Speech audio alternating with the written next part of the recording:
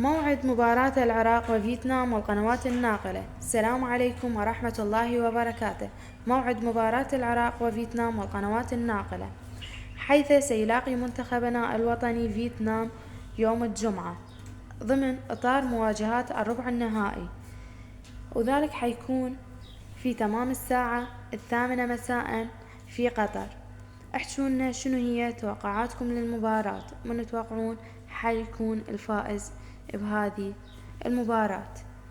ولهنا وصلت لنهاية الفيديو، لا تنسون الاشتراك بالقناة وتفعيل الجرس، كذلك اشتراك بمتجري على الانستغرام وقناة التليجرام، راح يكون الرابط اسفل الفيديو. دمتم بخير.